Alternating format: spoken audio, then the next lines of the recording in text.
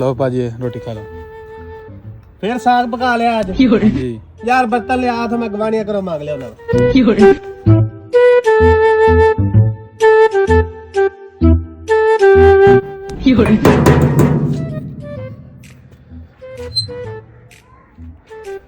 यार सालन दे दिओ की पकाया तुसी आज? ਅਸੀਂ ਸਾਗ ਪਕਾਇਆ ਹੈ। साग पकाया तुसी? ਹਾਂਜੀ इन्ना भी साग पकाया।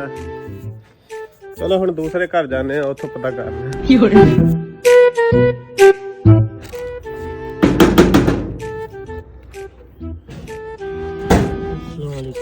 वालेकुम सलाम। यार की पकाया? सालन दे दिओ। साग पकाया। तुसी भी साग पकाया? यार आज सारिਆਂ ने साग पकाया। चलो उतलियां कोल जाने आ, उतलियां कोल जाके पता करने। No, no, no, no.